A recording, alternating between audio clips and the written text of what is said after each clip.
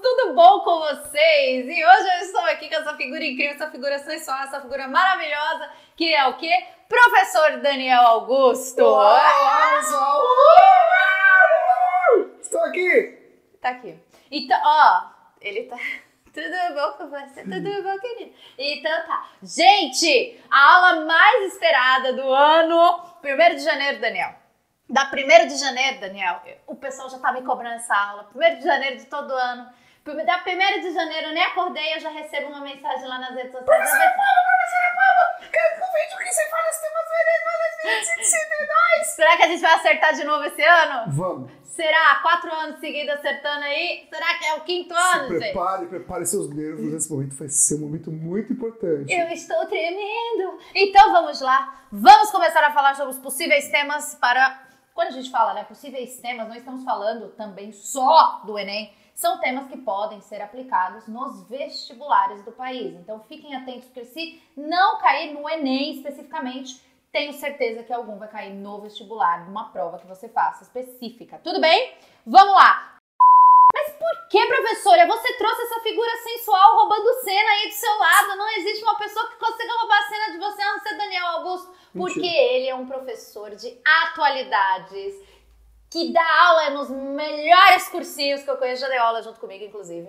Na verdade, já demos aula juntos. Muita história, muitas coisas. Muitos mamilos. Por que não mamilos polêmicos? Muitos polêmicos. E, por ser um especialista no assunto, eu pensei, por que não trazer um especialista para comentar, para trazer alguns dados para vocês, algumas coisas que você pode usar ali no momento da sua redação, caso caia o tema que já colocamos aqui, ó. O primeiro, que é o aumento da expectativa de vida dos brasileiros. As pessoas, Daniel, estão vivendo mais, morrendo mais tarde. Como é que funciona, professor? Por favor. Olá, pessoal. Tudo bem com vocês? É isso que a Pamela falou mesmo. Podem usar tudo o que a gente vai trazer de informações extra para complementar a sua redação, para trazer dados. Os corretores têm orgasmos com dados, com datas, com referências. E a ideia é trazer mais referências, mais dados. E quanto à sua pergunta, estamos vivendo mais? Estamos sim vivendo mais. E ainda bem, né? Estamos vivendo mais porque a qualidade de vida tem melhorado muito no Brasil. Principalmente a partir da década de 50, a década de 60 do século 20 para cá. O Brasil passou por um processo intenso de urbanização. E esse processo intenso de urbanização, ele veio acompanhado de uma série de benesses, vamos dizer assim, da modernidade, como, por exemplo, a vacinação. A vacinação pública derrubou no Brasil, por exemplo, a mortalidade infantil em 1/3. Né? A vacinação que evita hoje que as crianças neonatais, principalmente aquelas que vivem até os 6 anos de idade, fiquem doentes e acabem deixando, né, o nosso mundo antes do tempo. Então, a expectativa de vida tende sim a aumentar, com certeza. É aquilo que a gente havia comentado da pirâmide invertida. Então, a pirâmide nossa, ela tende a sem dúvida, se inverter, no sentido de que a população vai ficar mais velha, e isso tem 2 impactos. Um impacto é a população vivendo mais, hoje a expectativa de vida do brasileiro está em cerca de 77 anos, as mulheres vivem um pouquinho mais. Sim, porque nós cuidamos mais da saúde. Existem algumas pesquisas que tratam isso, né? Sim. As mulheres vão mais ao médico, cuidam mais da saúde. Sim, e os homens, quando descobrem uma doença, já está normalmente bem avançada e morrem, né? Os homens, eles têm esse problema, eles geralmente vão no médico quando já estão cagados, né? Doentes. E os homens, eles têm um outro problema que é, por exemplo, o homem, ele empina a moto na marginal. O homem se coloca em risco. Em situações de risco. Sim, mas tudo isso que a gente está falando são pesquisas, gente. Não é uma brincadeira, é real isso. O homem, ele se coloca mais em risco do que a mulher. Tanto que fazer um seguro de carro para uma mulher é mais barato que para um homem. Sim. Então os homens, eles assim, fazem mais coisas perigosas, principalmente entre os 18 e os 25 anos. Por isso que o seguro de carro é mais caro. Sim. Então, assim, a tendência é que as mulheres vivam um pouco mais. Só que, na média, nós estamos vivendo entre homens e mulheres, sim, muito mais. Isso faz com que, ao longo do tempo, nós tenhamos cada vez mais uma crise previdenciária, problemas para bancar uma quantidade cada vez maior de aposentados. Sim. E um outro efeito disso é, mulheres depois de 40 e poucos anos conseguem ter filhos? Não. Não. E isso não é um problema. Consegue, só que é uma gravidez de alto risco. Sim, e depois dos 50, sem chance. Sem chance. Então, nós temos cada vez menos mulheres aptas a ter filhos. Então, o envelhecimento, ele vai causar, com o tempo, a desaceleração do crescimento da população E brasileira. também a questão do planejamento familiar, né? Que é muito maior hoje. Hoje, as mulheres têm filhos cada vez mais tarde devido a esse planejamento e têm menos filhos. Infelizmente, né? Nesse caso, isso é positivo porque a mulher, ela planeja justamente porque ela está interessada no mercado de trabalho, ela quer ter uma carreira, ela não quer depender de alguém. Então, por um sentido, a emancipação da mulher é muito importante para a mulher, por outro sentido, isso é uma tendência, existe uma tendência de crescimento. O que foi que você está vendo? Quando você falou, infelizmente, eu falei, nossa, Daniel quer ser o MC Catra e colocar 400 filhos. É isso. Então, éramos 6, seremos 3. Provavelmente na edição vai aparecer aí essa descendência da natalidade. E os efeitos são esses. Menor quantidade de crianças. E menor quantidade de crianças, obviamente, no futuro vai nos colocar numa situação de que nós vamos ter menos mão de obra. Então, a PEA, que é aquela população economicamente ativa, que são a população que trabalha, tende a diminuir de tamanho. E isso pode se tornar um grande problema para a sustentação econômica do país. Sim, inclusive, isso foi um tema da FUVEST há uns anos. A questão E é um tema que vai ser cada vez mais recorrente. Sim. Esse tema 1 é um tema bem quente, assim. Se não cair no Enem, vai cair em outro lugar, porque ele é um tema que cada vez é mais discutido. E agora, com toda essa discussão política que nós temos hoje em torno da reforma da Previdência, ele vem muito a calhar. Perfeito. E nós colocaremos algumas imagens que possuem alguns textos no link aqui abaixo. Então, vão ter algumas referências. Esses dados estão lá no material de referência, então não se preocupe em pausar para ver. Isso. Depois você baixa, vai estar tudo lá. Nós vamos colocar tudo isso para vocês no material, vocês vão conseguir baixar. Inclusive, algumas referências que nós colocaremos como filmes, séries, alguns documentários, nós colocaremos o link para vocês também. Tudo isso para tornar tudo muito mais gostoso, tudo muito mais feliz, tudo mais cremoso, tudo mais Professora Pamba. Não, apetitoso esse rapaz. Vamos lá, qual é o tema número 2? Desafio para democratizar o acesso à cultura. E quando a gente fala disso, tem muita coisa a ser tratada dentro desse tema. Ele é bem amplo, certo? Certo. A democratização da cultura no Brasil é um grande obstáculo, né? O Brasil é um país que, quando a gente fala de cultura, a gente pode dividir ela em duas partes, que seria a cultura erudita e a cultura popular. Em relação à cultura erudita, nós temos grandes problemas, grandes déficits. O brasileiro é um povo que, infelizmente, ainda não tem um costume muito grande de uma cultura de ler bastante, né? Pra vocês terem uma ideia, professora, em São Paulo tem pouquíssimas livrarias. Por exemplo, se você olhar Buenos Aires tem mais livrarias do que no Brasil inteiro. Aliás, em Buenos Aires você acha livro na rua para vender a todo instante. No chão, gente. Sabe quando a gente vai aqui na Avenida Paulista, tem o pessoal vendendo muita arte, muita coisa assim. Lá eles vendem livros, eles colocam livros para vender no chão. E essa popularização do livro, por exemplo, faz com que a população tenha mais acessibilidade, os preços são mais baixos, porque são encontrados com mais facilidade. E o argentino, que é uma população que não é a que mais lê no mundo, consegue ter um bom desempenho nesse sentido, lê de 18 a 20 livros por ano, o que é um número considerável em relação a gente. Nós temos números assim assustadoramente baixos, nós lemos cerca de 2 livros por ano. Caraca. E não vale se um deles for 50 tons de cinza. Por quê? Então, vale sim, é uma merda, mas vale. Ó... Desculpa, não aguentei. Mas você acha que... um comentário. Eu vejo que essa questão da leitura, por exemplo, estamos colocando isso dentro do acesso à cultura, vem muito também pela obrigatoriedade da leitura escolar. Porque a leitura, na nossa vida escolar, né, gente, a gente percebe que ela sempre foi colocada como algo obrigatório, automaticamente não prazeroso. O professor, ele nunca... Tudo bem, que você também não der um empurrãozinho, ninguém lê. Mas eu nunca vi um professor propor algo diferente daquele, tem que ler esse, tem que ler esse, tem que ler esse. Sempre livros muito clássicos, que eu acho que é importantíssimo que nós saibamos. Exato. E trazer um pouco mais de, por exemplo, autores contemporâneos. Discussões mais atuais. Perfeito. Uma coisa, por exemplo, que acontece é que, como o livro no Brasil é caro, em média ele não é uma coisa tão acessível, principalmente quando você fala de um lançamento, quando você fala de algo que todo mundo quer ler, sabe? Mesmo nessa cultura mais popular, eu tô brincando em relação aos 50 tons de cinza, mas qualquer leitura popular, ela acaba chegando num preço que nem todo mundo pode pagar. Então, o que acontece muitas vezes? Há famílias no Brasil, e muitas famílias, que não têm livros em casa. Então, quando uma criança ela chega no momento de discutir isso aí na sala de aula, a pessoa fala, você tem que ler isso, há um estranhamento.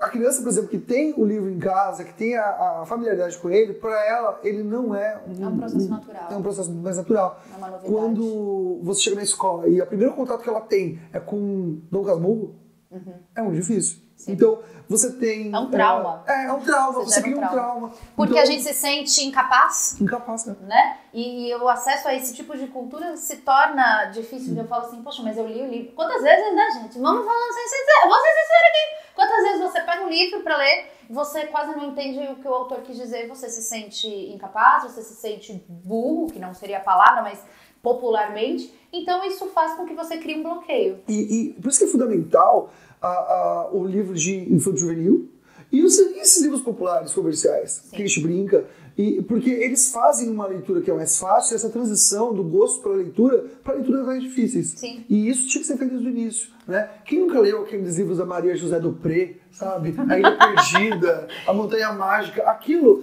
traz um Harry Potter. Sim. Ele traz esse hábito, né? Não, mas Harry Potter é rei. Eu amo Harry Potter. Mas vou falar um negócio pra vocês. Sabe o que eu sempre recomendo aos alunos? Quando a gente tem uma leitura de um livro, sei lá, vamos pegar os Lusíadas. Obviamente, eu estudei os Lusíadas ao longo da minha faculdade. Foi um semestre inteiro estudando a obra e você não esgota a obra, né? Porque ela é gigante e difícil. Eu sempre recomendo o seguinte, principalmente esses livros de leituras obrigatórias que nós temos para os vestibulares, né? Que você, professor, eu tô achando esse livro aqui muito difícil. Tenta sempre pegar uma versão dele. Reduzida, uma versão reduzida. É aquelas que a gente chama de um pocket, versão de bolso, perfeito. Não, a gente ele faz bastante. Isso, e você consegue entender pelo menos o enredo. Você entende a história, você consegue se contextualizar para depois ir para a leitura um pouco mais complexa, porque você já vai se sentir um pouco mais capacitado, você entende o que está acontecendo ali, né? Outra dica são aqueles livros de resenhas, né? Aqueles livros onde eles fazem a apresentação e pegam... Isso para o vestibulando é fundamental. Pegar livros de resenhas, livros de resumos, livros de resenha crítica, onde ele vai pegar vários desses livros de vestibular, de Enem, e vai desmiuçar. E na hora que você lê já com outro olhar. Isso facilita para você.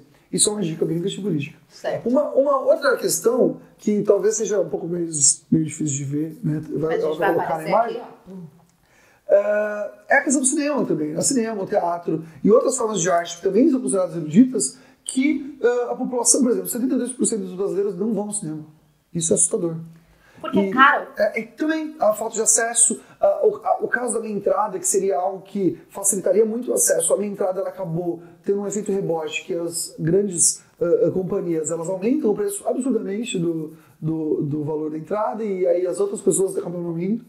Não tem culpa, a minha entrada tem a culpa nisso, não tem culpa. O estudante não tem culpa. O ponto é que nós temos ainda uma falta de infraestrutura. Há muitos municípios que não têm estrutura de Eles tentam ganhar dinheiro de qualquer forma. Eu tenho que dar a meia entrada, então eu vou aumentar para que a meia entrada seja alta e a inteira seja mais alta ainda e compense o meu prejuízo. Então, se a gente para olhar, a grande, por exemplo, a arte que nós temos mais contato na vida cotidiana é a arte popular. Principalmente a arte de pintura de rua, que é o caso dos grafites, e que é muito incentivado, né?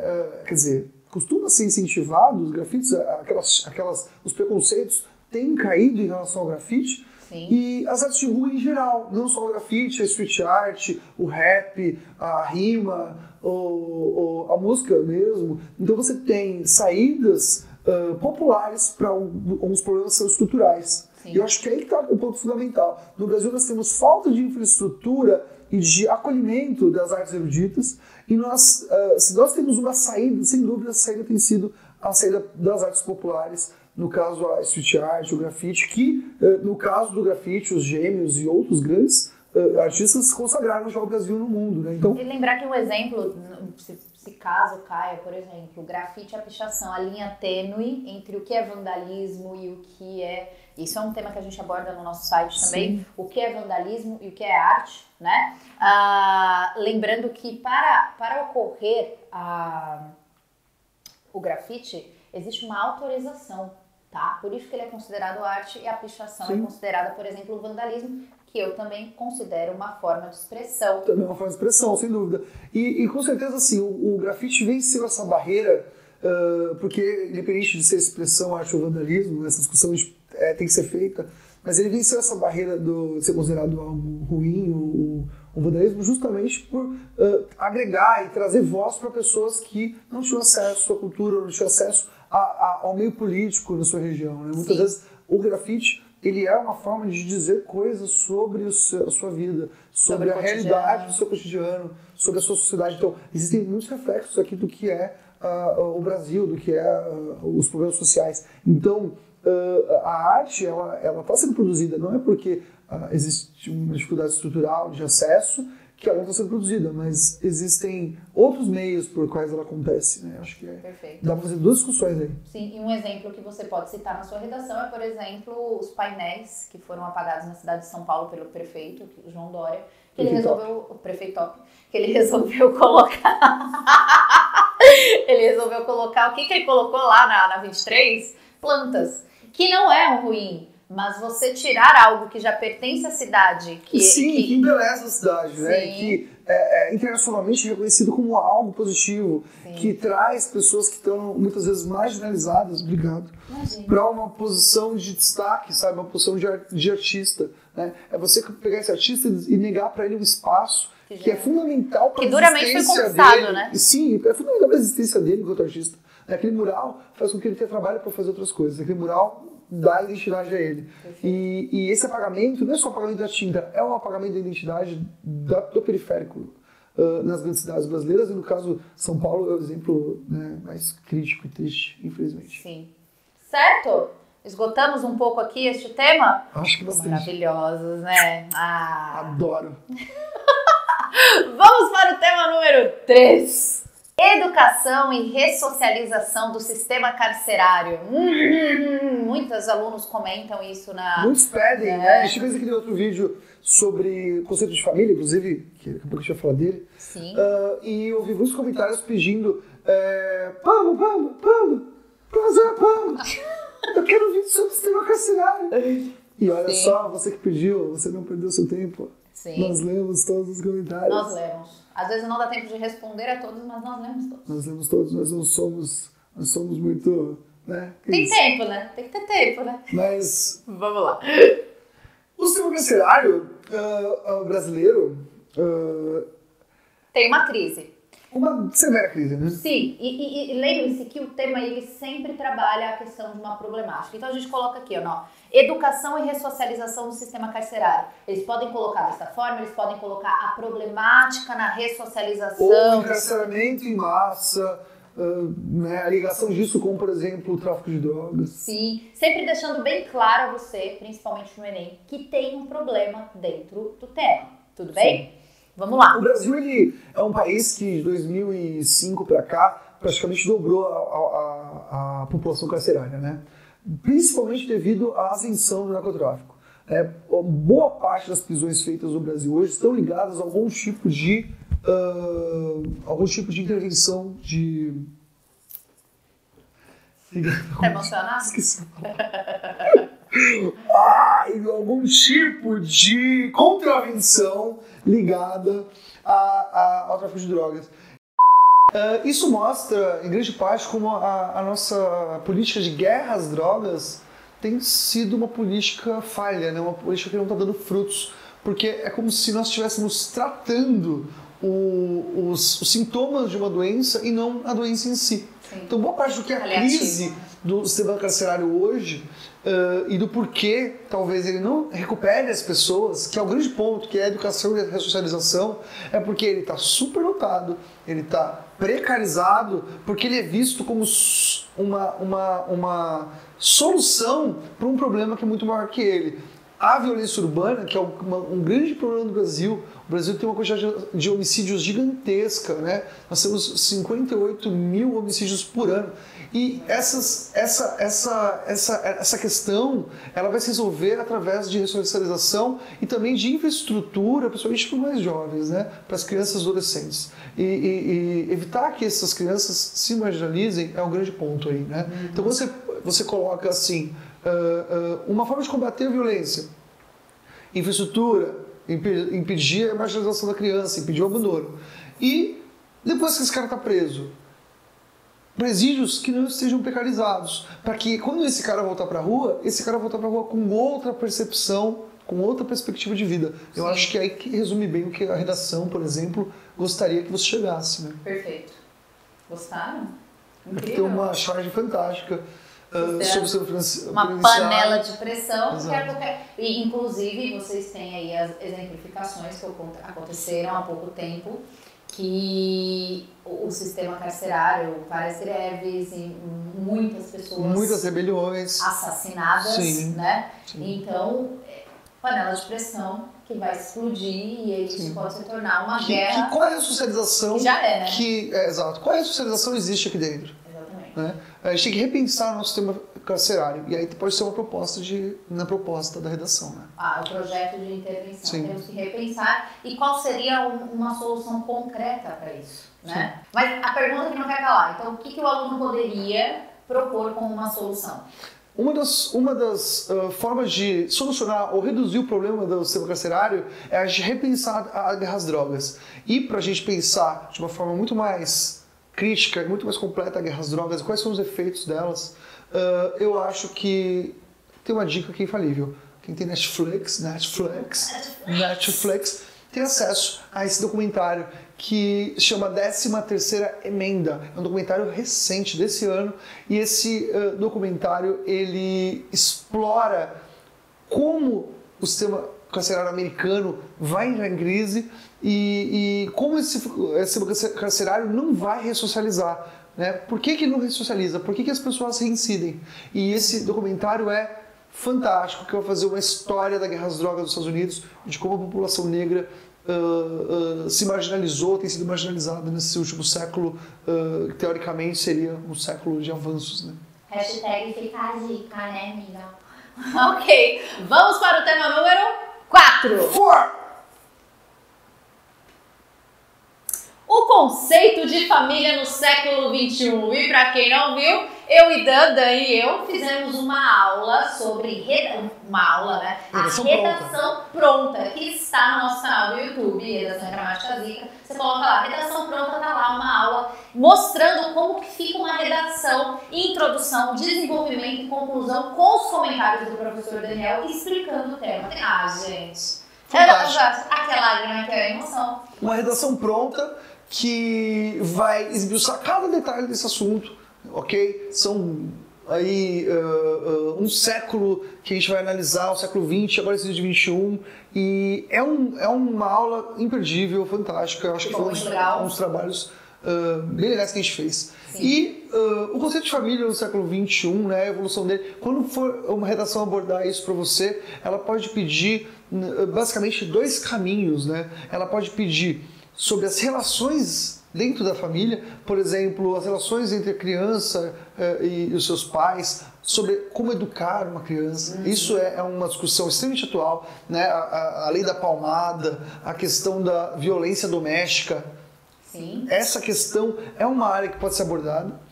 Ou também pode ser abordada em outro caminho, que é a questão LGBT, os casamentos homoafetivos, o respeito a essas novas modalidades de família.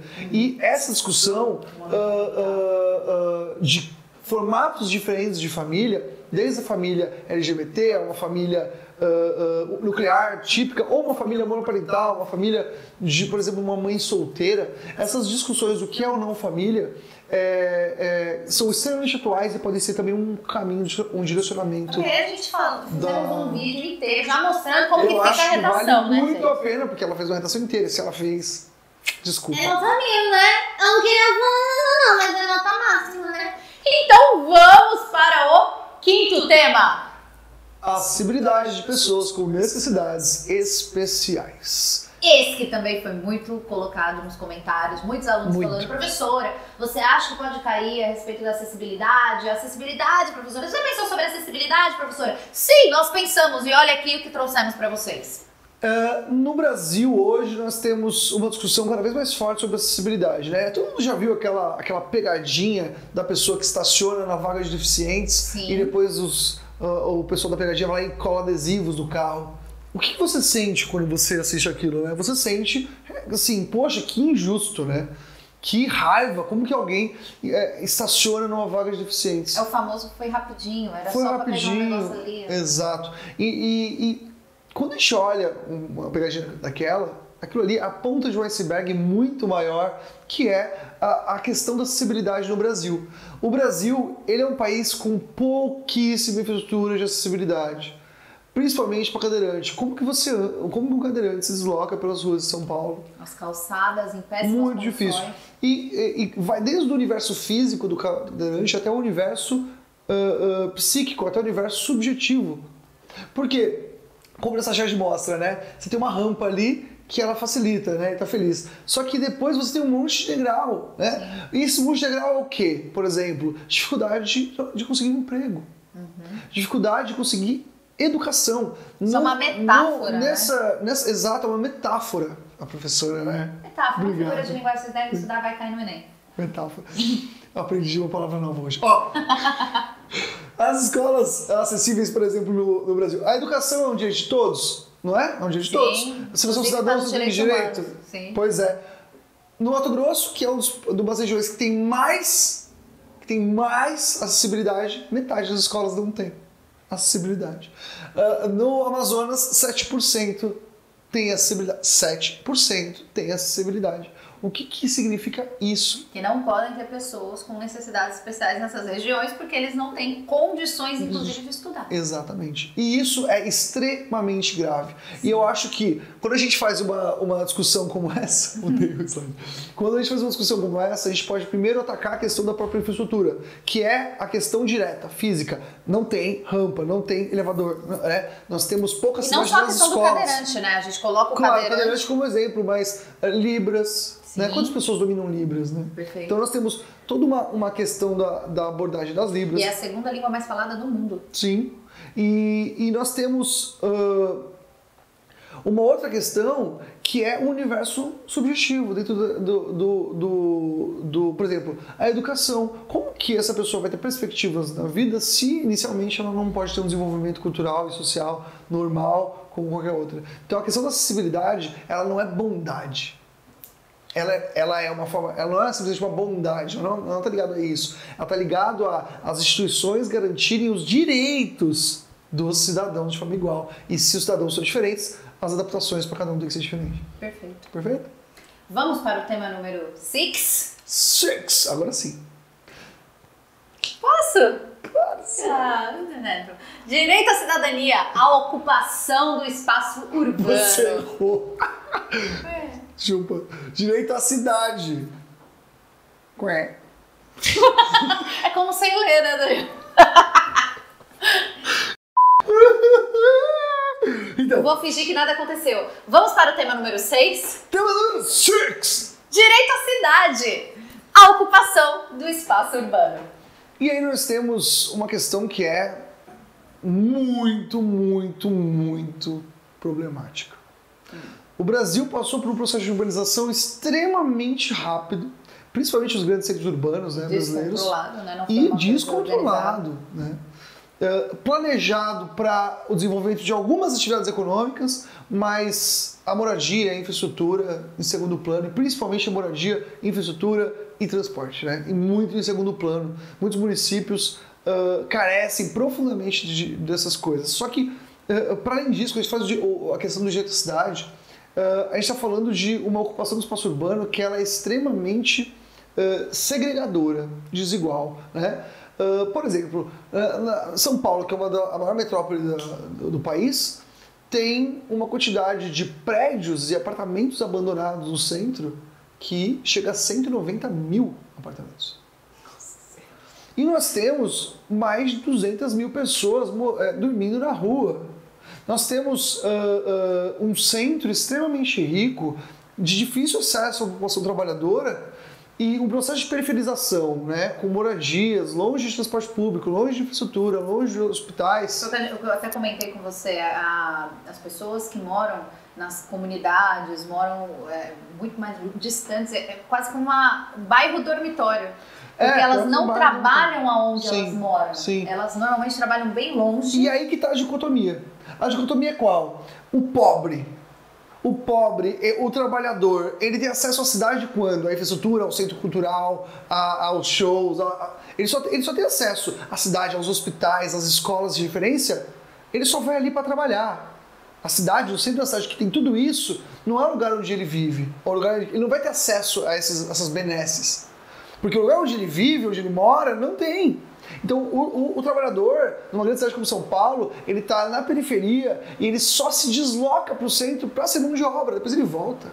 Sim. A população do centro, ela consegue usufruir mais dessas infraestruturas. Só que, cada vez mais o periférico fica degradado, fica expulso do que a cidade. Quando a gente fala de direito à cidade, a gente está falando de um processo que ele é de degredo, de exclusão social. Sim. Tudo bem? Isso envolve, por exemplo, a moradia precária também é déficit habitacional, também é problema de moradia, não é que a pessoa está morando numa casa muito precária, ela tem moradia, não, ela vive numa casa precária, então, portanto, existe um déficit habitacional, mesmo que ela viva numa casa precária. Sim. E também a questão do transporte, porque o transporte costuma ser, quanto mais distante das áreas centrais, mais precário. E aí a gente já trata até um pouco sobre a questão da mobilidade urbana, né? Nesse direito à cidade. Os carros tomam conta de um espaço que seria das pessoas. Sim, os carros eles são os reis da rua, né? Eles são os reis do centro. Sim. E os carros eles tomam um espaço onde poderia ter metrôs, trem, linha de coletivos, porque o carro ele é visto como esse símbolo da modernidade, o símbolo do poder aquisitivo. E quando a gente está pensando no desenvolvimento de uma cidade que seja mais humana, a gente tem que pensar numa cidade que seja inclusiva, sim, não exclusiva. E isso é lindo para uma redação, não é? Maravilhoso. Uma cidade, olha a frase de impacto, uma cidade inclusiva e não exclusiva. O carro significa exclusividade. Sim. O carro significa esse rodoviarismo, esse urbanismo que não se sustenta. E eu coloco exclusiva como uma metáfora também. Sim. Exclusiva porque exclui, exclusiva porque exclusiva para quem tem, por exemplo, dinheiro. Só para quem comprar. tem, exato. Só quem tem dinheiro tem direito de circular? Ah, Daniel, bate. Somos foda. Vamos para o tema número 7. Redes sociais, a linha tênue entre a ética e a manipulação. Tá chocado? Tô, sim. Embasbacado. Estou estupefato. Estou pretérita. Pretérita. A linha tênue entre ética e manipulação. E quando a gente fala sobre a questão ética, nós podemos tratar aí dentro diversos assuntos. Ética e manipulação, no caso, né? A gente pode falar sobre cyberbullying. A gente pode falar sobre a questão da influência digital. Né? A gente teve aí questões sobre, por exemplo... De comportamento, né? Comportamento. Nós, principalmente, eu posso dizer isso, olha, desabafo aqui. Digital influencer. Não, mas, por exemplo, nós meninas, né, não só, mas falando do meu lado, nós somos bombardeadas no Instagram, por exemplo, com cada vez mais essa questão do fitness, da vida saudável e mulheres perfeitas. E aí, uma coisa muito interessante que eu vejo dentro disso é cada vez mais meninas que são essas modelos fitness, essas meninas são lindas, incríveis, Sex bomb. Elas estão negando esse papel agora. Teve uma que faz o quê? Faz uma semana, ela falou assim, a partir de hoje eu não posto mais fotos de biquíni. Ela é modelo. Ela falou, eu não posto mais fotos de biquíni porque eu não quero perpetuar essa imagem de que a mulher... Isso tudo aqui é tudo muito... Mas isso é exceção, né? Não, muitas estão fazendo isso, é uma exceção. Falta bastante. E existe também uma questão de uma blogueira que foi processada. Entraram com processo contra ela no Ministério eu vou colocar aqui a informação, para não falar coisa errada. porque ela é uma blogueira fitness e estava dando como se fosse uma nutricionista. E como se fosse uma nutricionista. Ela estava ganhando dinheiro dando... Como que chama quando a gente vai na nutricionista, menina?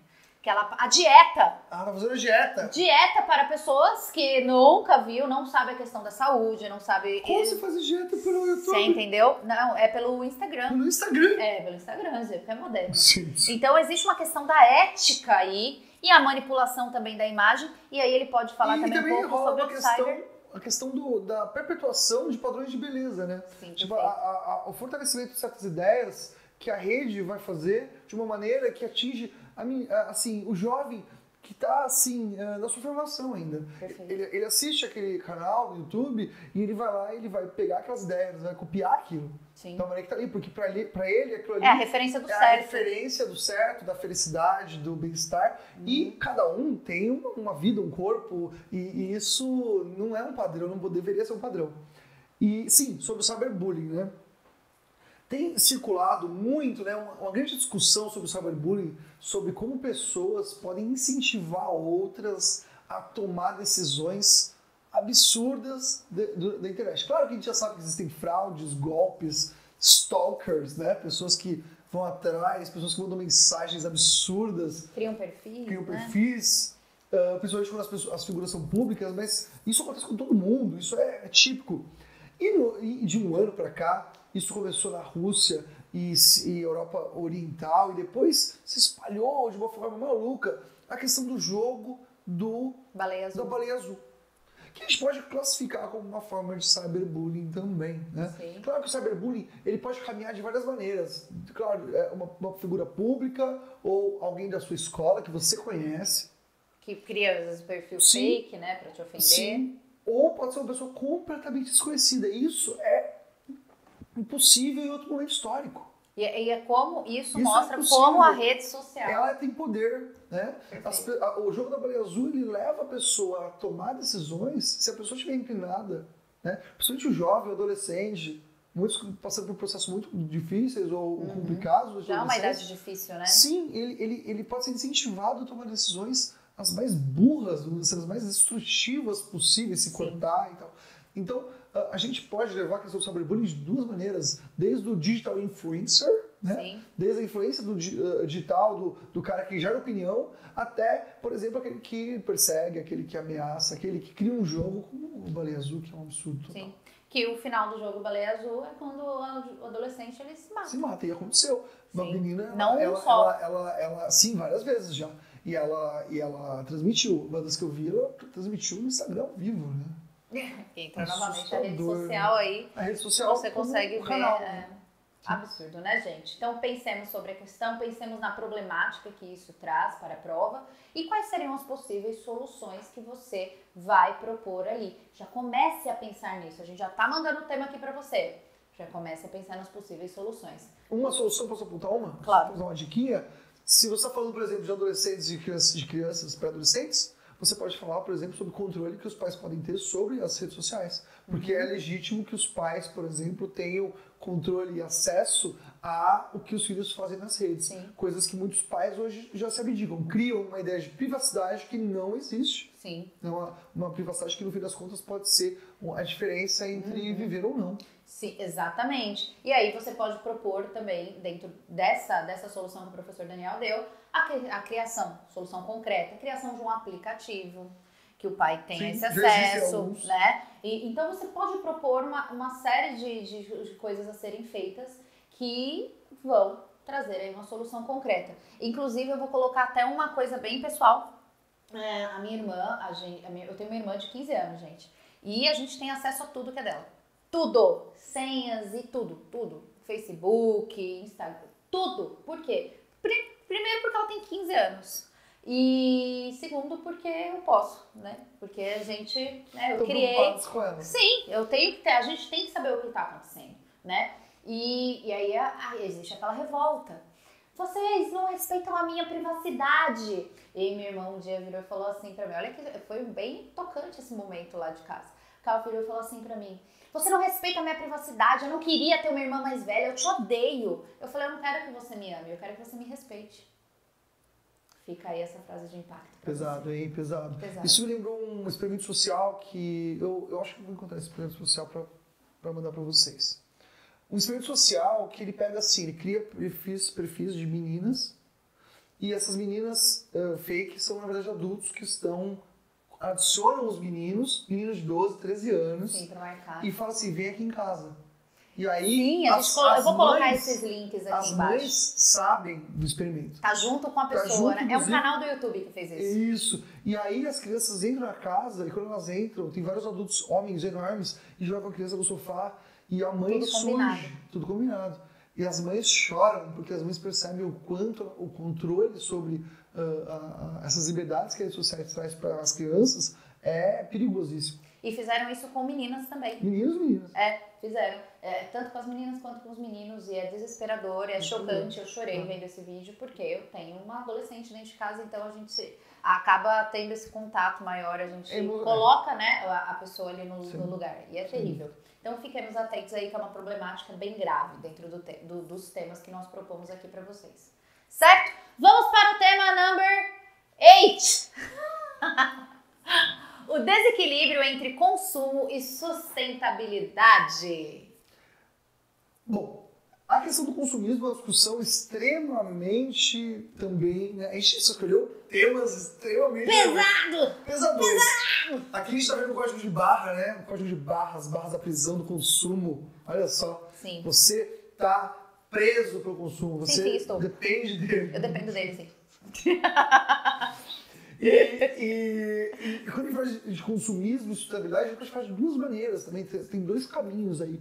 A sua sua interpretação pode atacar o consumismo, não necessariamente tocando na sustentabilidade. A sustentabilidade pode ser algo paralelo também, mas o consumismo pode ser atacado de uma maneira, porque só a questão do consumismo já dá muito assunto. Porque o consumismo, ele surge quando? Ele surge com a evolução do capitalismo, principalmente no pós-Segunda Guerra, né? Nós temos uma sociedade de consumo que se estrutura a sua base social, a sua base política, no quanto as pessoas estão consumindo. Se está consumindo bastante, está tudo bem, né? Existe essa relação, o desempenho econômico tem a ver com a felicidade. Sim. O ponto é que nós chegamos num ponto agora crucial, o ponto crucial agora, uma encruzilhada, que é até que ponto o consumo ele traz satisfação, né? Sim. Porque nós temos um mundo que produz cada vez mais, só que o consumo pelo consumo chega num ponto atualmente que ele se esvazia, né, de sentido. Na verdade é vazio, né? Você é um prazer temporário.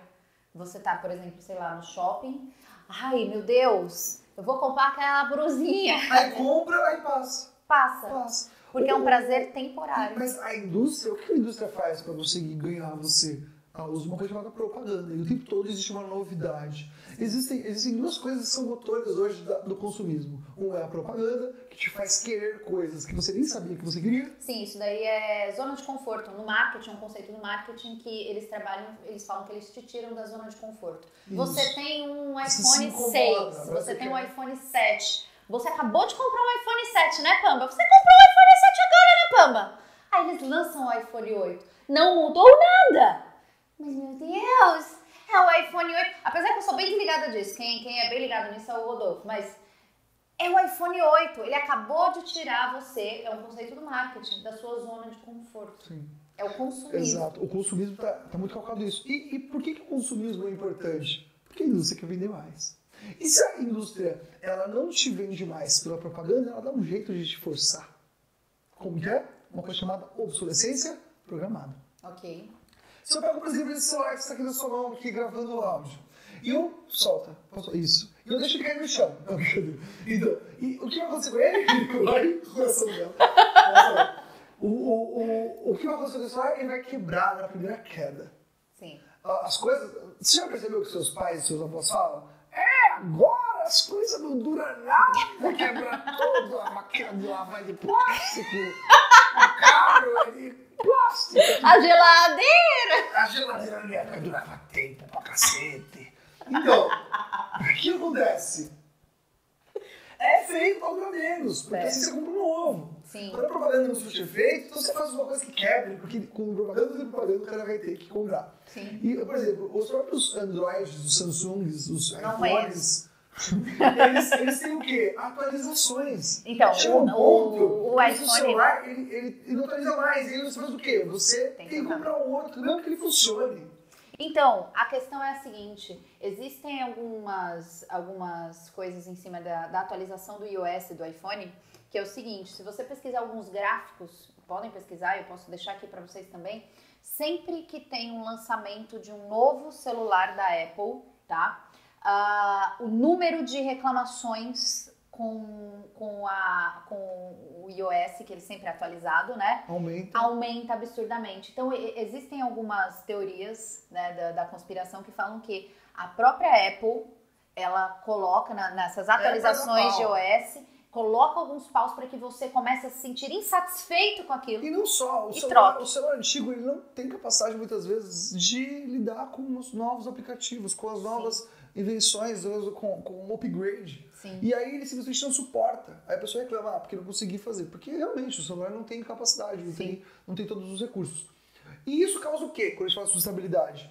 Se a gente está falando de um processo de consumismo exacerbado, principalmente nos países onde a cultura do consumo é muito grande, como por exemplo nos Estados Unidos, cada vez mais no Brasil, nós estamos falando de uma cultura que ela aumenta o consumo e ela tem que tirar a energia, as matérias-primas, os recursos da natureza. Então, quanto mais rápido eu produzo, mais rápido eu extraio da natureza.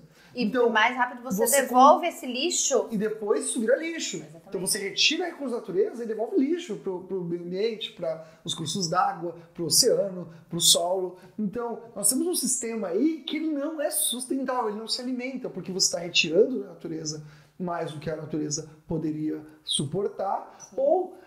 Ou pior, você está jogando de volta mais lixo e contaminando áreas da natureza que não tem nada a ver com a história. E aí surgem também as empresas conhecidas como Green, as empresas CO2 Free. Existem empresas, gente, que eu acho que isso é um tema bem legal para ser explorado, que é a questão de repor o oxigênio. Existem empresas que vendem oxigênio para empresas que poluem o ar, que são as famosas CO2 Free. Então, eu conheço um dono de uma empresa que ele tem... Vende fumaça. Não, ele vende ar puro. O que ele faz? Eu tenho uma empresa que polui o meio ambiente em determinada região do Brasil. Eu compro crédito de carbono. Exatamente, crédito de carbono. Então eu poluo, mas aí o que eu faço? Eu viro pro meu amigo, Joaquim, meu amigo que tem uma empresa, ele tem umas fazendas e coisas do tipo, perfeito, cria animais que estão em extinção, então tem todo um custo aquilo, né? Sim. Então, Joaquim, seguinte, quanto que fica para eu comprar ali na sua empresa? Tantos hectares ali de árvores e coisas, para repor esse oxigênio, para repor algo bom para a terra, já que eu estou destruindo. E aí essa empresa, gente, ela recebe aquele selinho CO2 Free. Então ela se torna uma empresa sustentável. É uma empresa limpa. E ela é limpa? É óbvio que não! O ponto é justamente esse, porque quando você... Por exemplo, os países fazem isso entre si. O Brasil é um país que...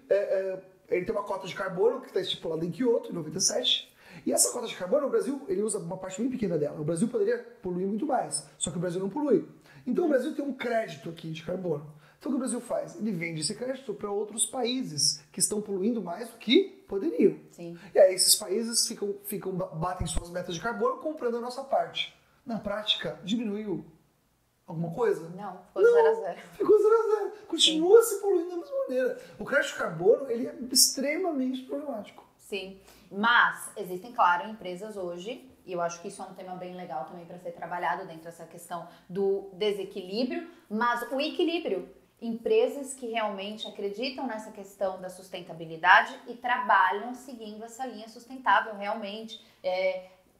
Tira dali, planta. Sim, então elas sempre estão repondo, exatamente, não testam em animais. E qual que é o ponto, né?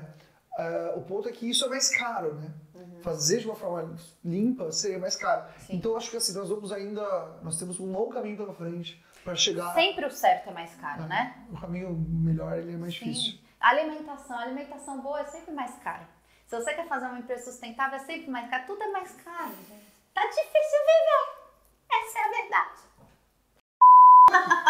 E para fechar este tema, eu estou aqui falando baboseiras pra caramba, fala português e várias merdas, olha só. Eu sou poliglota.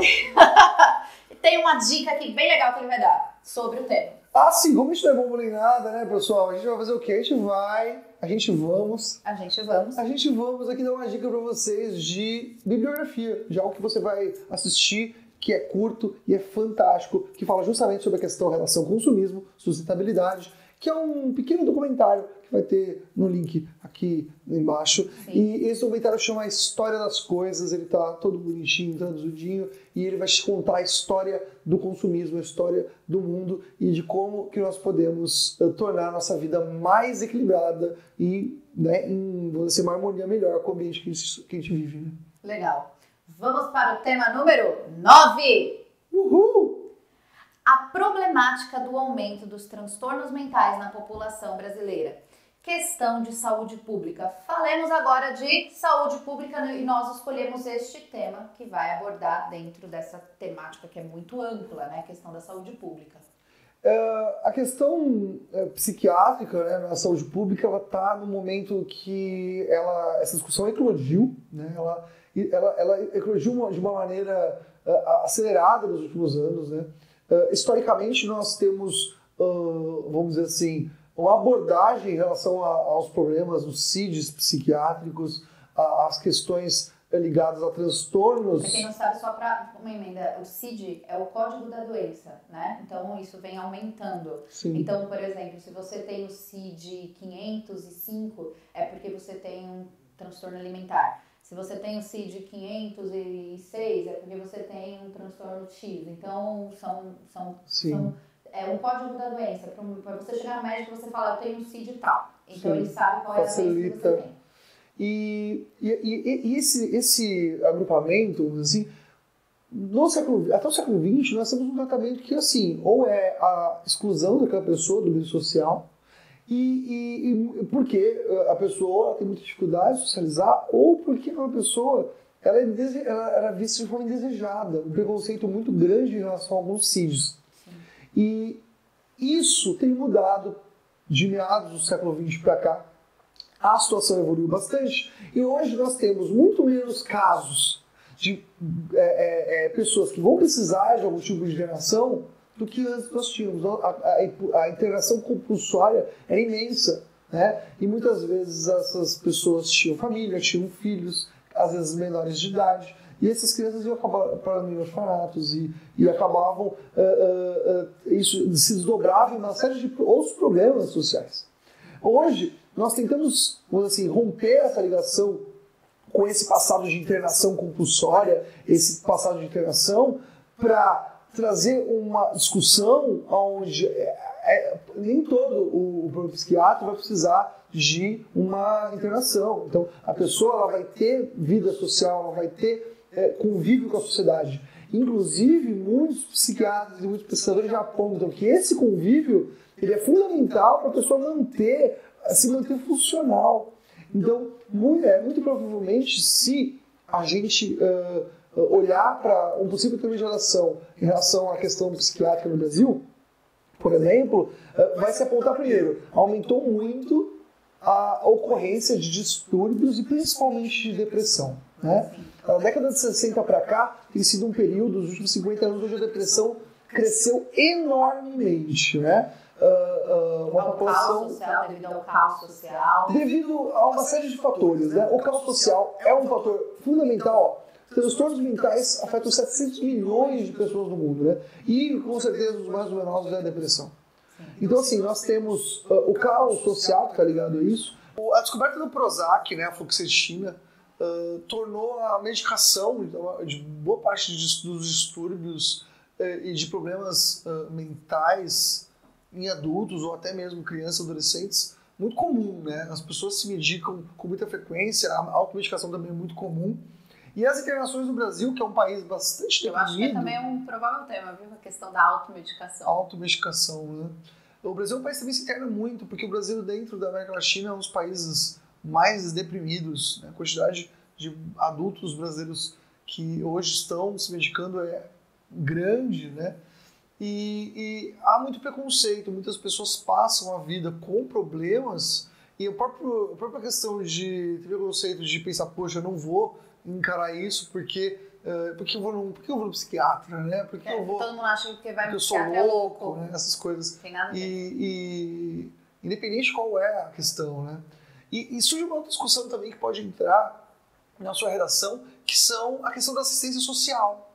Como que a assistência social lida com isso? Muitas pessoas que têm problemas de área psicológica estão em situação também crítica social. Sim. A dependência química é uma desordem mental. Muitas pessoas que já têm desordens anteriores acabam em situação de rua.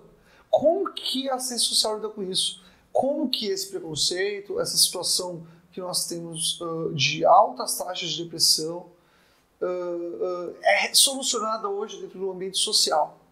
Sim. Inclusive está em anexo do nosso material um texto falando sobre preconceito e CIDs psiquiátricos, escrito pela advogada Letícia Lorenzato, e também assistente social. E ela vai esmiuçar essa questão. Eu acho uma recomendação muito forte para você que quer ter repertório para fazer uma boa redação. E tem aí um link de referência que você pode usar para exemplificar, para pegar dados e tudo mais. Perfeito. Maravilha. Vamos para o tema 10. Se engasgou.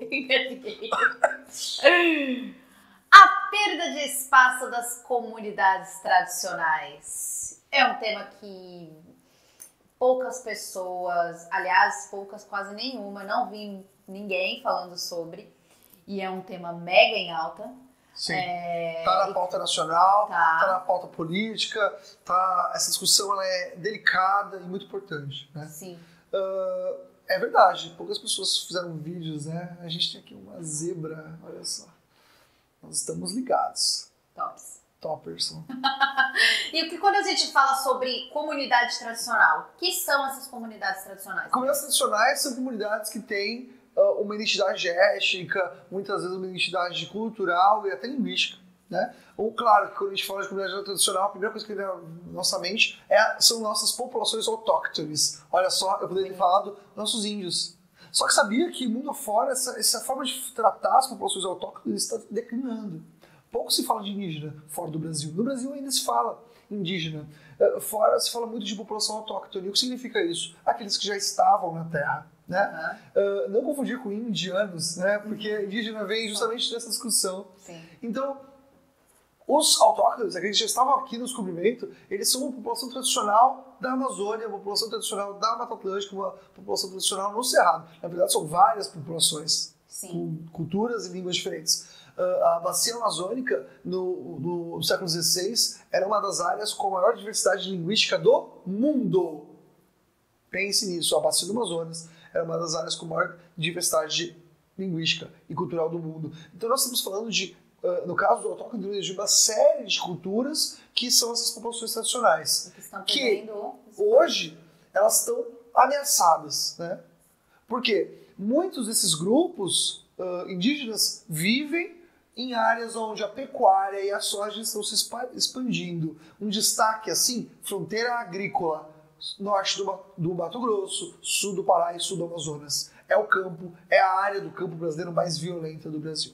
Fica aí um dado para vocês usarem. Tudo bem? Fronteira agrícola no centro-oeste e sul da região norte. Quais outras comunidades que, por exemplo, poderiam cair ou poderiam... Outras duas comunidades também que podem muito bem ser citadas são os camponeses, né? A galera dos movimentos sem terra. São as pessoas que vivem em áreas onde praticam agricultura, onde as pessoas tentam sobreviver na terra e também sofrem profundamente com a violência do campo. Geralmente são pequenos agricultores que vivem da agricultura familiar, que é aquela agricultura que produz alimentos, hortaliças, aquilo que você encontra na feira. Sim. Inclusive o nome sofreu uma alteração, né? Agora é Movimento dos Trabalhadores Sem Terra. Sim, são Movimentos dos Trabalhadores Sem Terra. Isso. O MST significa isso. Sim. Porque normalmente fala Movimento do Sem Terra. Na verdade, o nome é Movimento dos Trabalhadores Sem Terra. Movimento Sem Terra é uma redução que se faz grosseira. Na colônia. Porque quando você retira a palavra, observe, né, como a língua trabalha assim. Quando você retira a palavra trabalhadores, você marginaliza o grupo. Isso, por exemplo, quando você vai dentro dos movimentos sociais falar dos trabalhadores sem terra, você vai falar, o MST é o Movimento dos Trabalhadores Sem Terra. Quando você vê, por exemplo, na mídia uma notícia, os sem terra, nem fala movimento, os sem terra. Os sem terra invadiram as terras. Invadiram, e aí todo aquele papo que a gente já viu. E um grupo também muito marginalizado dentro e que também sofre violência são as comunidades ribeirinhas. Quem são os ribeirinhos? São aqueles que moram nas várzeas dos rios amazônicos. Aqueles que durante o período da borracha migraram para lá, entre 1890 e 1930, para viver da extração de borracha. Quando a açúcar da borracha entra em declínio, muitos ficam ali, convivendo com indígenas, convivendo com outra população tradicional, que são os quilombolas, que são os remanescentes de quilombo, e os ribeirinhos. Os ribeirinhos são esses caras que viviam da seringueira, ainda extraem seringueira, mas tem já o modo de vida tradicional da floresta. Esses podem ser chamados também de povos da floresta, todos esses. Legal. Os povos da floresta, eles tiveram uma liderança muito forte na década de 80 do século passado, por conta da expansão da fronteira agrícola. E um desses caras é esse daqui, Chico Mendes. O Chico Mendes é um líder seringalista, um líder dessa comunidade que vive da seringueira, e em 1988 ele já era um líder forte, um cara que estava lutando por terras para que as populações das florestas, os povos das florestas, conseguissem se manter ali, e ele foi brutalmente assassinado por pistoleiros contratados por grandes coronéis latifundiários para, vamos dizer assim, enfraquecer a luta desses povos. Então hoje esse é um assunto extremamente delicado e importante para a pauta nacional. E ele é uma referência, uma autoridade, um assunto que você pode citar ali como uma exemplificação.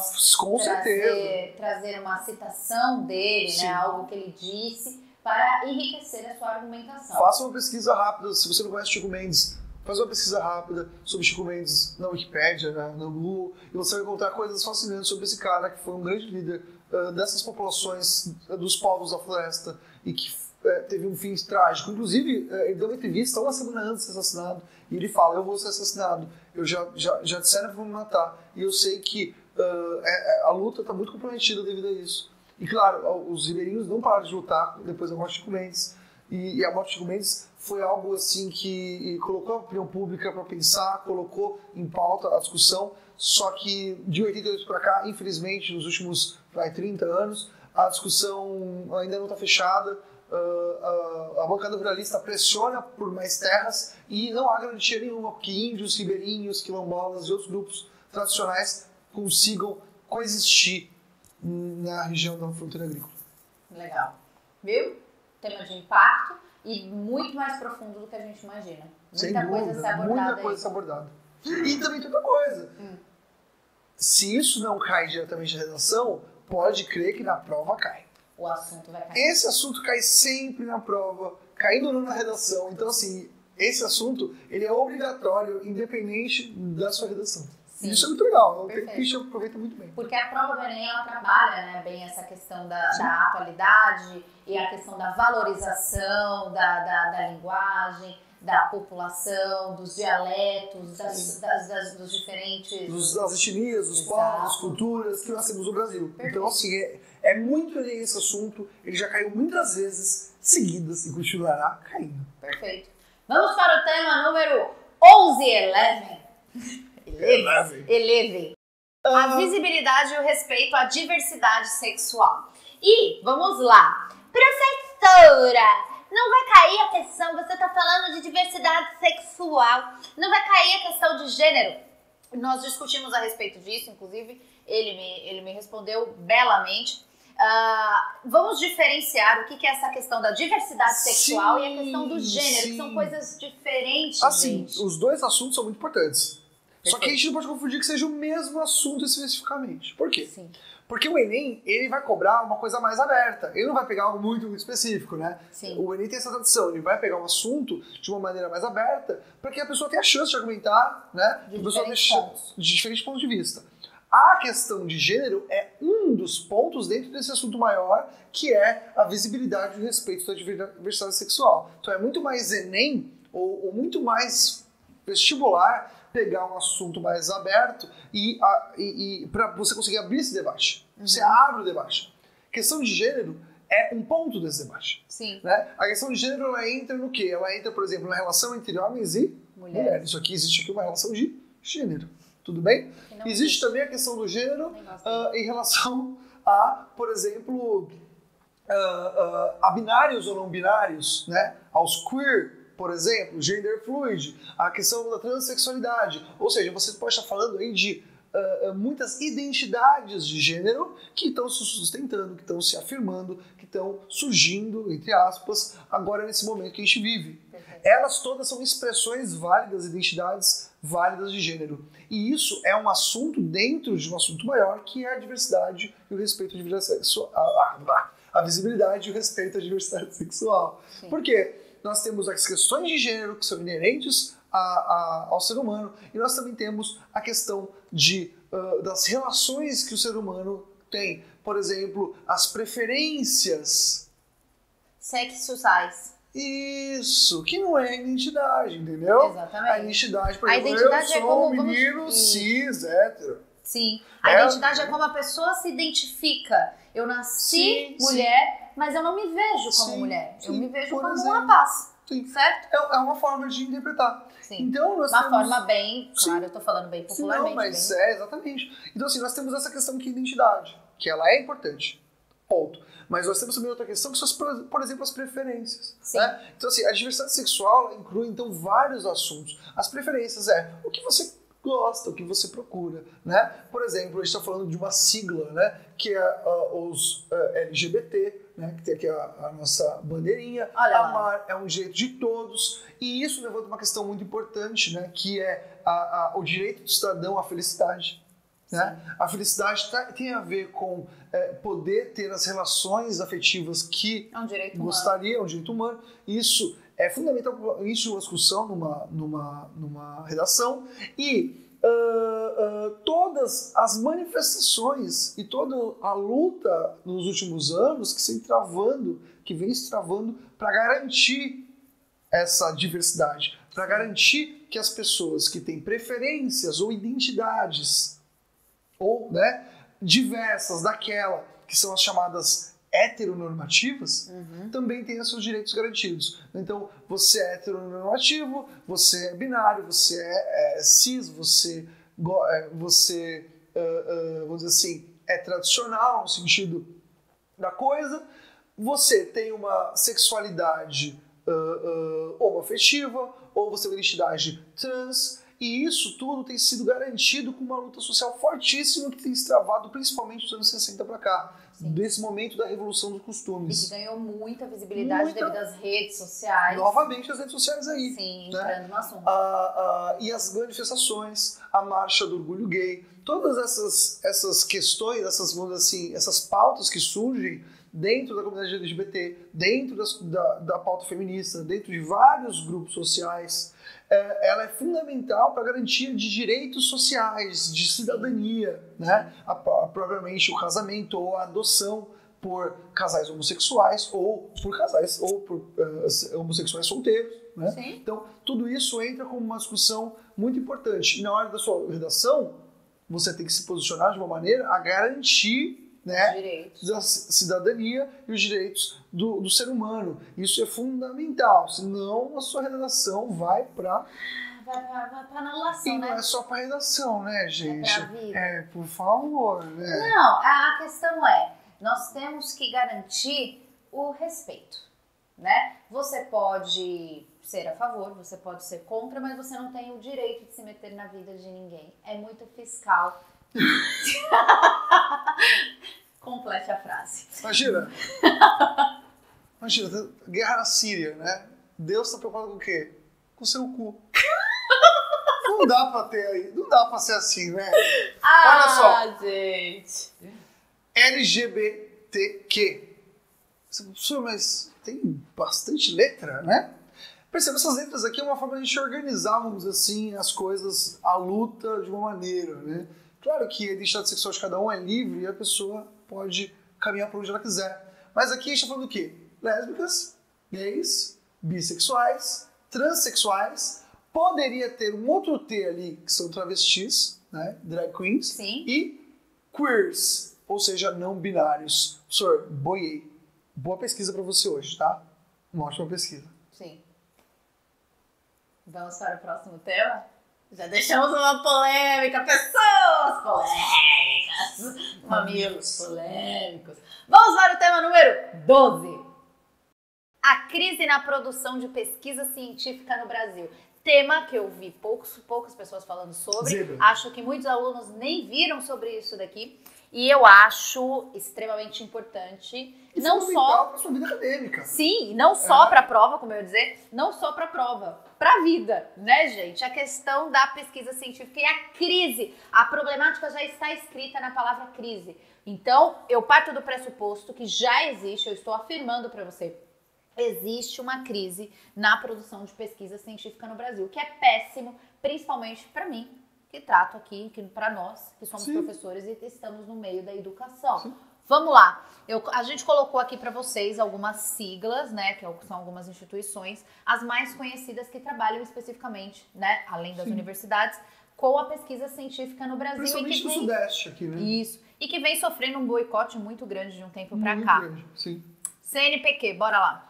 Então, nós temos aqui a FAPESP e o CNPq, que são duas instituições de fomento à pesquisa que bancam, por exemplo, a pesquisa de fato, o pesquisador ser pago para fazer seu mestrado, doutorado, suas bolsas. Sim. E temos, por exemplo, universidades onde isso ocorre, né? Nós colocamos aqui as 3 grandes do estado de São Paulo, mas nós temos muitas outras federais pelo Brasil todo que também fazem isso.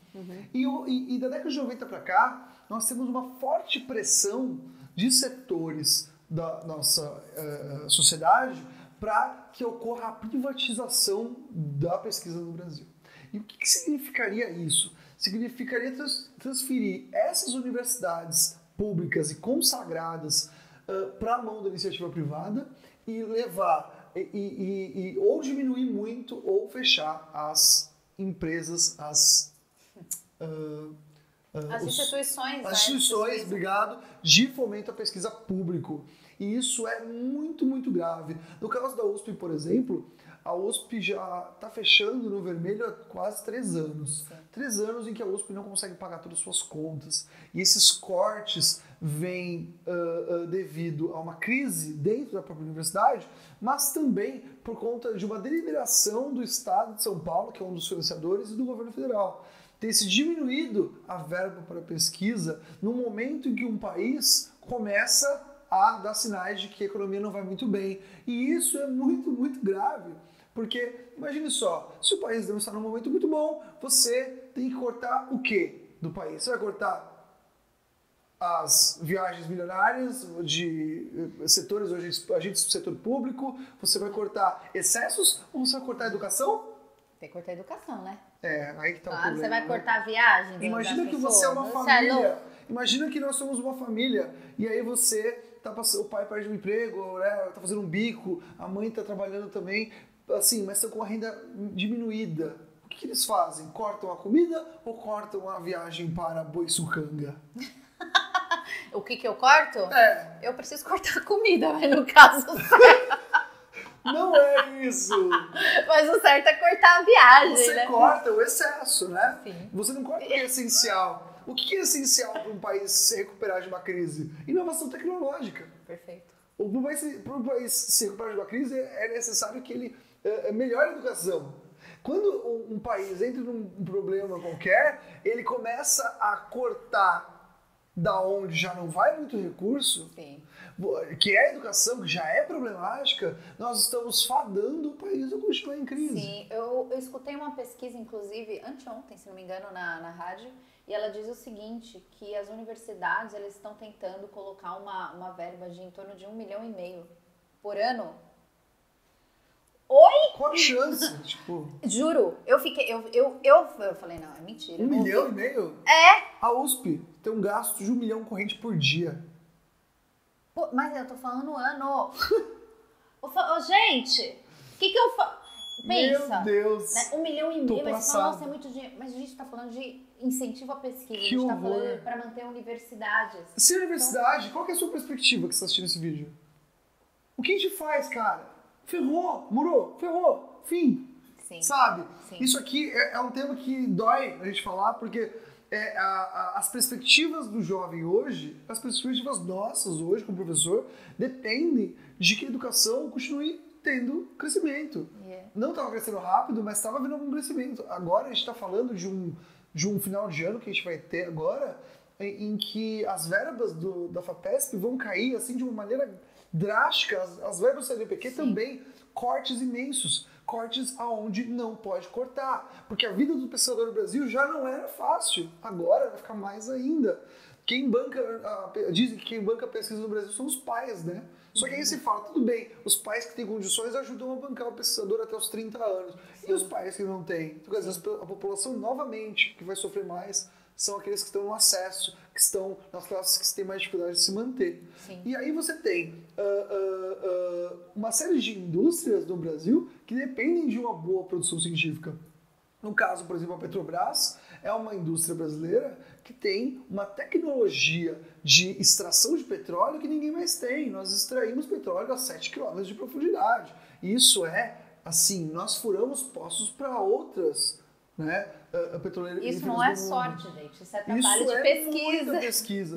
E aí o que a gente faz? A gente cortando verba, a gente perde pesquisador. Porque vai acontecer o quê? O cara que se forma muito bem numa universidade pública, ele vai ficar no Brasil? Não. Ele vai para os... Ter um talento para os Estados Unidos. E aí você vai ter uma forte, já temos uma forte fuga de cérebros. Olha só que termo legal para você usar. No Brasil, perde mão de obra qualificada. Tá, gente? Utilizem o termo. Usem esse termo. Fuga de cérebros. O cara, como por exemplo o Nicoleles, que é um dos maiores cientistas vivos brasileiros, o Nicoleles teve que fazer boa parte da pesquisa dele fora. Depois ele voltou.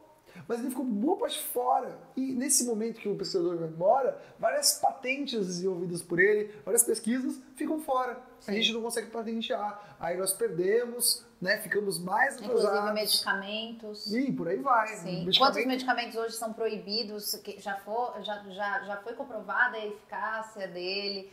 E ou se, tá por lá exemplo, fora a são desenvolvidos no Brasil, na Amazônia, uma planta amazonense. Sim. Tem lá um medicamento que sai dela, só que aí é patenteado nos Estados Unidos, a gente não pode usar a planta. Que efeito é isso? Não faz muito sentido. E quem não sabe, qual foi uma das maiores criações desse homem? Esse homem é só o criador do exoesqueleto, que foi, né, demonstrado a funcionalidade dele na Copa do Mundo, em que uma pessoa que tem movimentos limitados, né, ele tetraplégico, ela deu o pontapé inicial do primeiro jogo da Copa usando o exoesqueleto. E o exoesqueleto funciona de uma maneira incrível, né? Ele é uma estrutura onde a pessoa encaixa o corpo dela, né? A pessoa não tem movimento nas pernas nem nos braços, e ela move o esqueleto com a mente. Cara, eu fico arrepiada de ouvir um negócio desse. Vocês não ficam arrepiados, agora não? Pense, eu fico louco com isso, porque assim, você imagina quantos Nicoleles nós perdemos porque vão embora. Sim. Isso faz com que o país perca o quê? Capital, trabalho, pessoas que fazem acontecer. Sim. E nós temos que superar esse momento. Né? Nós temos que superar esse momento. E eu acho que essa imagem é fundamental para a gente fechar esse 12º tema do... 12º e último? Não, nós temos um tema bônus. Doença. Qual que é o número do seu CID? Tema bônus. Isso foi verdadeiro. Tema bônus. Vamos para o tema bônus número 13 e último. E não é só isso. Empreendedorismo. De um tempo pra cá, né, devido a diversos fatores, o pessoal fala que é só devido à crise, mas não é. Essa onda, essa questão do empreendedorismo. Com certeza deu, eu só não sei como não morreu. Essa questão do empreendedorismo, gente, indo de encontro ao que muitos falam, é por causa da crise, por causa do desemprego. Não, né? Ela já acontece antes, ela sempre existiu, obviamente, nós sempre tivemos mentes brilhantes criando as famosas startups, né?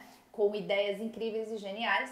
E a crise fez com que isso, na verdade ganhasse destaque. Mas isso sempre existiu. Tem muita gente que está aí há anos nessa questão, né? Atrás dos investidores anjos, né? Que é a pessoa que vai lá, que bota são dinheiro. Hoje o que eram os mecenas do século XVI, com os artistas, né? Olha só o que ele está falando, gente. Anotem. São os mecenas. Isso daqui é uma linha que você pode começar a colocar na sua introdução, colocando lá como uma comparação. Uma comparação justíssima, porque o que era o mecenato no século XVI na Itália? Eram pessoas ricas que investiam, que colocavam seu dinheiro em obras de arte dos os grandes pintores, os grandes escultores daquele período, que foi áureo para o desenvolvimento cultural na Europa. Nesse momento, nós temos grandes também investidores que vão colocar ideias de startups interessantes, como a Google já foi, como a HP já foi, né? A Hewlett Packard já foi. A Apple. Como a Apple. Que começou montando computadores na garagem. Na garagem. Sim. Até que veio o cara. Antes delas todas, a IBM, que cresceu muito, principalmente no pós-segunda guerra. Que já existiu, né? E se vocês quiserem ver um pouco sobre isso na Netflix sempre salva na vida, né? Tem alguns filmes que contam a história do Steve Jobs. Sim, tem um que fala exatamente sobre esse começo. Eu assisti outro dia que é bem legal. Bem legal. É com Ashton Kutcher. Conhece? Você viu? Não, é um documentário. Eu vou passar pra vocês. Deixa eu colocar aqui no... A gente coloca o link do filme e a gente coloca o nome do filme e o nome do documentário. E essas condições de surgimento de tecnologia, né, e esse empreendedorismo ligado à inovação, que hoje o empreendedorismo está profundamente ligado à inovação, né, se aproveitando, claro, da formação da mão de obra muito qualificada das universidades públicas, mas... um dos símbolos desse empreendedorislismo é o Vale do Silício, né? Que temos uma imagem muito... Muita gente não entende o que é a questão do Vale do Silício. Vamos estar babascada. Eu estava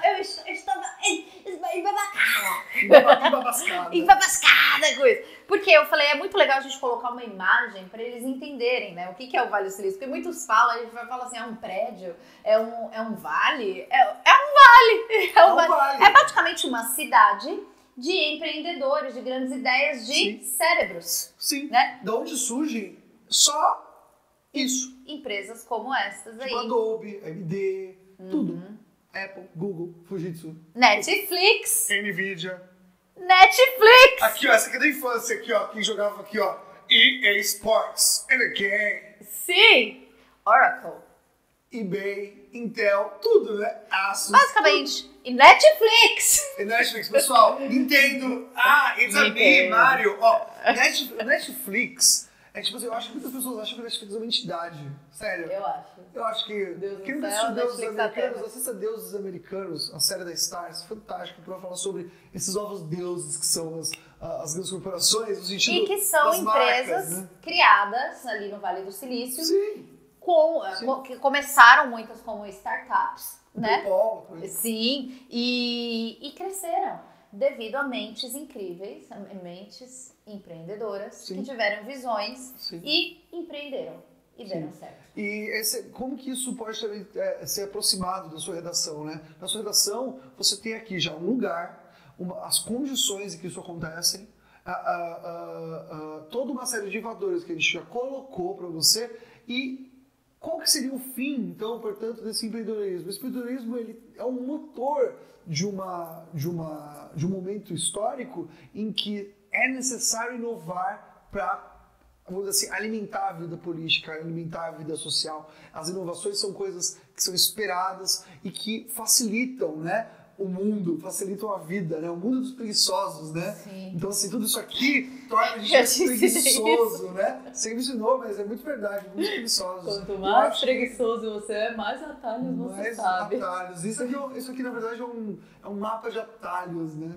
E uma coisa que eu vou colocar um paralelo aqui pra vocês, incrível, e você pode explanar rapidamente sobre isso melhor do que eu, é que, historicamente...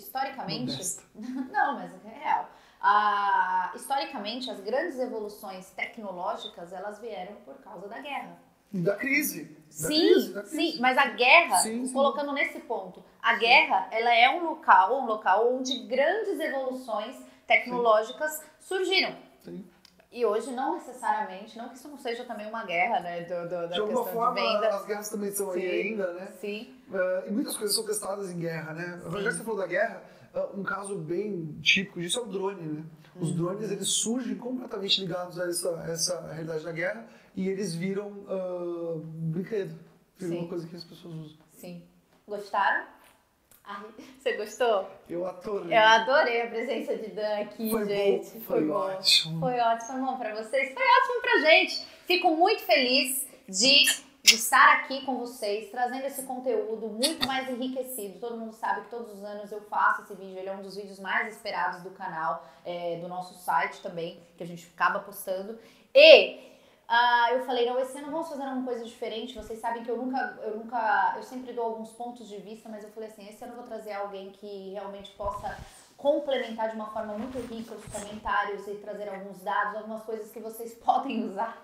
Desculpa, gente, foi o que eu achei. Mas que vocês podem utilizar na sua redação. Tanto dados, quanto exemplificações, quanto figuras de autoridade.